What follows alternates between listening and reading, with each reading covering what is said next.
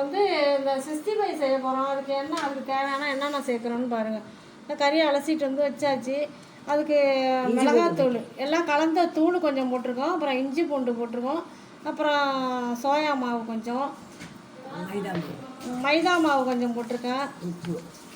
அது தேவையான அளவு உப்பு போட்டு நம்ம பெசரி வச்சிடலாம். ஒட்டாமல் நல்லா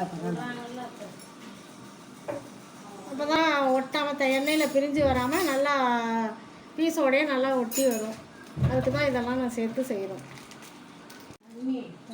கொஞ்சம் சேர்த்து எல்லாத்தையும் சேர்த்து பெசரி வச்சிடலாம். ஒரு அரை மணி நேரம் போல் ஊறினோன்னா நம்ம பொரிச்சு வைக்கணும். சாப்பாட்டுக்கு என்ன செய்ய போகிறோம்னு பார்த்தீங்கன்னா மட்டன் பிரியாணி தான் செய்ய போகிறோம். அதுக்கு தேவையான வெங்காயம் வெட்டி வச்சுருக்கேன். அதுக்கப்புறம் தக்காளி, பச்சை மிளகா, கருவேப்பிலை, கொத்தமல்லி, புதினா எல்லாமே அரிஞ்சு வச்சாச்சு. இப்போ தாளித்து விட்ருவோம் வாங்க. இப்போ சட்டி வச்சு எண்ணெய் ஊற்றிட்டு பட்டை, சோம்பு, கிராம்பு, ஏலக்காய் எல்லாமே போட்டேன்.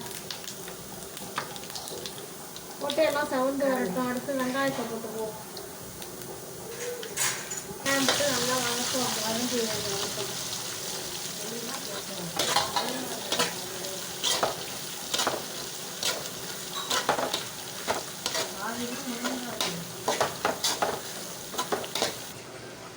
வெங்காயம் நல்லா இருக்கும். நல்லா வெங்காயம்லாம் வதங்கி வந்து நல்லா வாசமாக இருக்கும் பிரியாணி. அதனால நெய்யும் சேர்த்துக்கலாம்.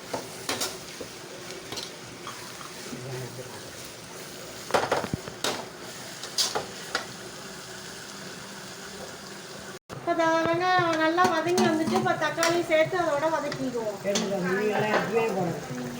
அதோட பச்சை மிளகாயும் போட்டுக்குவோம். இந்த பச்சை மிளகா நம்ம கொல்லையில் உள்ள பச்சை மிளகா தான், அதையும் சேர்த்து வதக்கிக்கலாம். கொத்தமல்லி கருவேப்பிலை இதில் புதினா கொத்தமல்லி எல்லாம் இருக்குது, அதையும் சேர்த்து அதோடய வதக்கிக்குவோம். அடுத்தது கொஞ்சோண்டு கருவேப்பிலை, அதையும் சேர்த்து வதக்கிக்கலாம். கருவேப்பிலை நம்ம வீட்டு பசங்க கருவேப்பிலை.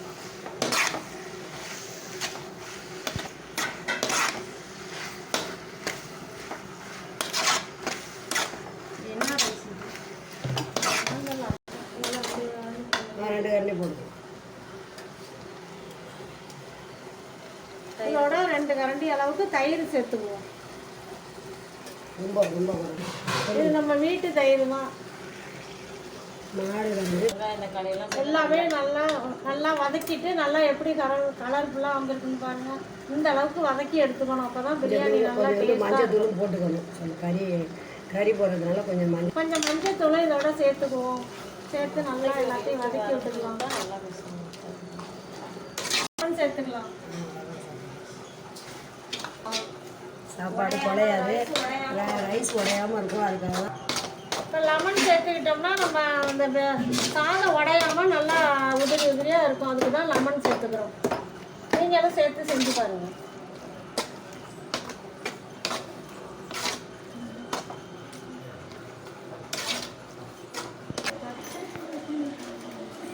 கத்திரிக்கோள் வச்சுக்கிறேன்.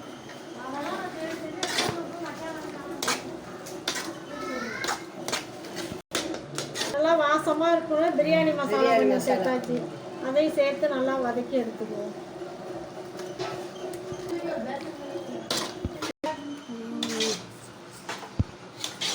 இந்த கப்பால் 1 கப்பு அரிசி எடுத்து வச்சுருக்கேன்.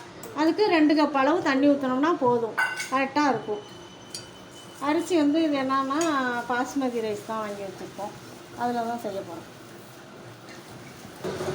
இந்த கறியில் வந்து கொஞ்சோண்டு இஞ்சி பூண்டு போட்டு 2 விசில் விட்டு இறக்கி வச்சுருக்கேன். அதையும் இதோட சேர்த்துக்கலாம். அதை நல்லா கழுவி அதில் ஊற்றி இந்த கறி வேக வச்சு வச்சுருந்தோன்னா அந்த தண்ணியை அதோட சேர்த்து 2 கப்பு வைக்கிறேன்.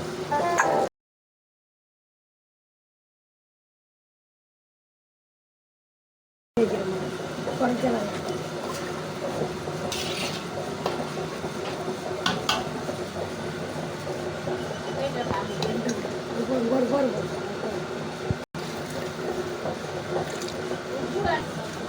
எல்லாம் வதக்கிட்டு இப்போ பாருங்கள், விறகடுப்பில் வச்சுட்டா விறகடுப்பில் வச்சு செஞ்சோம்னா தான் செம்ம டேஸ்ட்டாக இருக்கும்.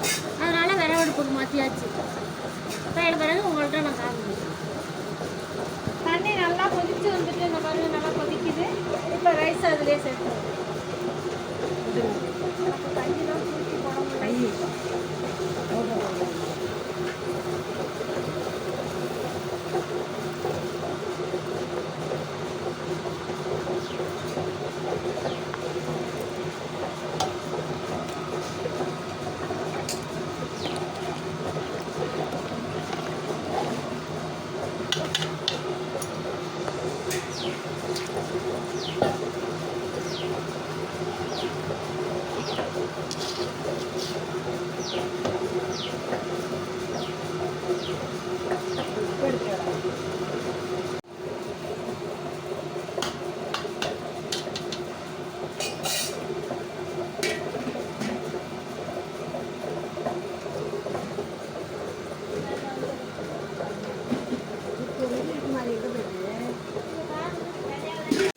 கொஞ்சம் லாங்காக வேணும்.